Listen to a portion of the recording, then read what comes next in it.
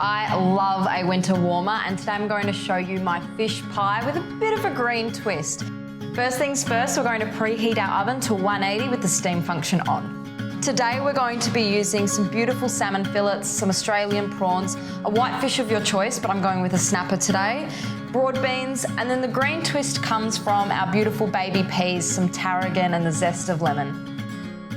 Pair that with a leeked mashed potato and our Electrolux steam oven, and you have yourself a very golden, crunchy mashed potato, and inside is going to be incredibly moist. So let's have a taste. So just one big spoonful, and we'll just finish off with a little bit of parsley. And there you go, a one-pot winter warmer that I absolutely cannot wait to try. And with the benefit of steam, all that mashed potato stays beautifully moist, but also nice and golden.